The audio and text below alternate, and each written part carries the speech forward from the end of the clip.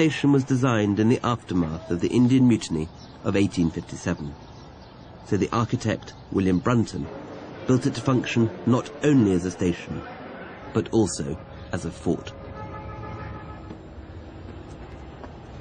Lahore Station may look as if it's the product of some thankfully short-lived collaboration between the Raj and the Disney Corporation, but it was in fact built in deadly earnest. The towers appear to be as innocent as hugely enlarged Swiss cuckoo clocks, but they were deliberately designed to be bomb-proof, while the loopholes across the facade are not mock arrow slits as they appear to be, but placements for Maxim guns, which were drawn down carefully designed lines of fire. Even the cavernous train sheds could, in an emergency, be sealed with huge sliding metal doors, turning the whole complex into a colossal fortified bunker. But Brunton's architecture was never put to the test.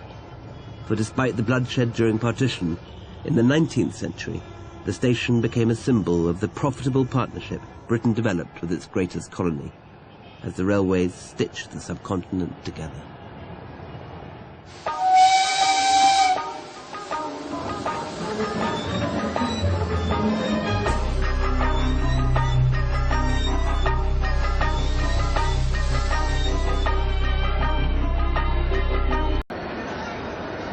Today there are still a few left who remember the station at the height of its glory. Khwaja Bilal was the station master before independence. Lahore Station जो है ना, जब मैं student था, उस ज़माने से मैं यहाँ आता था, और हमारा कॉलेज भी यहाँ से आती था, तो उस ज़माने से मैं इसको जानता हूँ. लेकिन पार्टीशन से पहले, जब पार्टीशन डिक्लेयर हो गई है, तो लाहौर स्टेशन जो है, ये एक खूबसूरती का एक निशान था.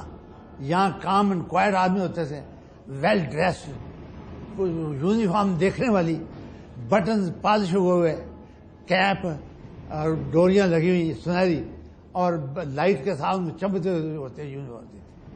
अंग्रेज ने एडमिनिस्ट्रेशन रखी है, उसका कोई जवाब नहीं. But while this gospel was being passed on from Walton generation to generation, outside the railway yards, rebellion was growing.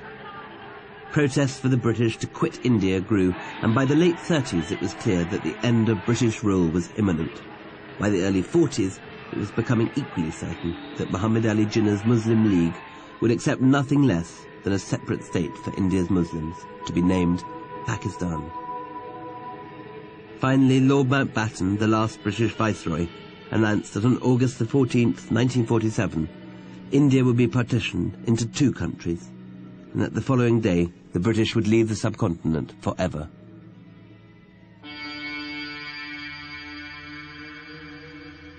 Lahore became part of Pakistan, just 15 miles from the Indian border. The city and its people were torn apart.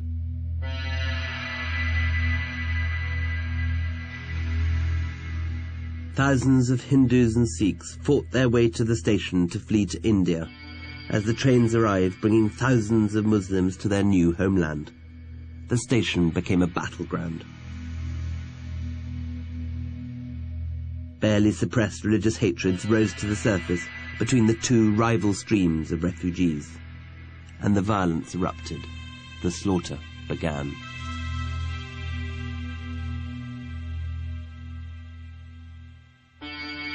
August को मैं duty पर था, और जब हमने ऐलान सुना वो पार्टीशन का, तो मैंने सारे स्टाफ को बता दिया कि पार्टी हो गई है. तो उन्होंने देखा कि यहाँ तो कत्लेआम हो रहा है, बुरा हाल है, और जिधर जाओ शूटिंग है, इधर जाओ लैंड ऑर्डर को नहीं, और उधर बाहर मिलिट्री थी, मिलिट्री ने बार बार लगा के रास्ता बंद कर दिया था. Nobody could come and go outside. The situation is out of control.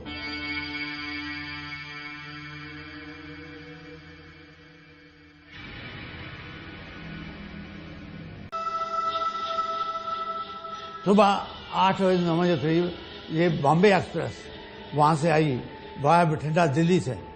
उसमें तकरीबन 1,500 आदमी होते हैं, तो वो सारी खाली थी.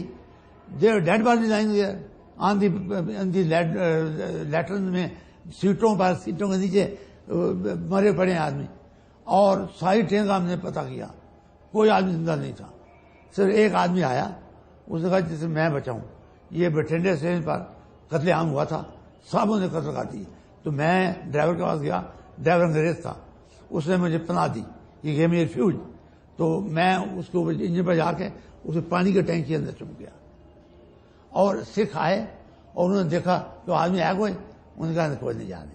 तो I saved my life, the only one man saved out of 2000।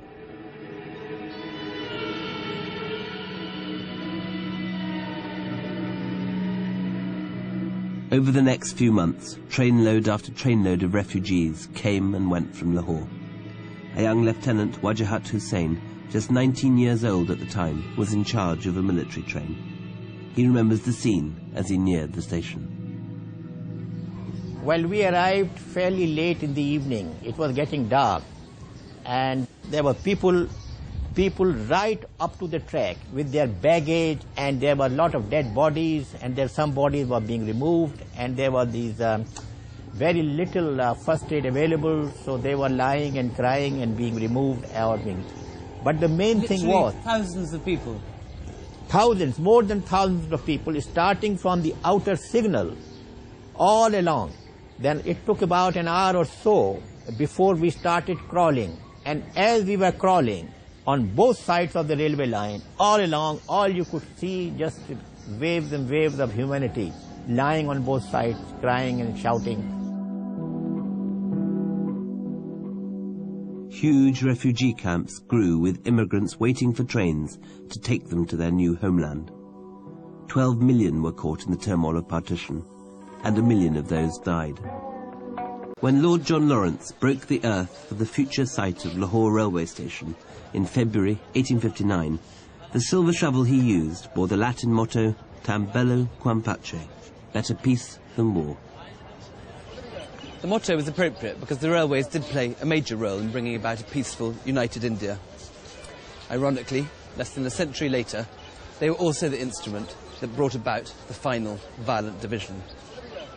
Today, the old main line between Lahore and Delhi, once the busiest in India, is now hardly used, reflecting the very bitter relations between the two countries. These days, only 2 trains a week pass up this line from Lahore to the Indian border, and they are nearly always empty.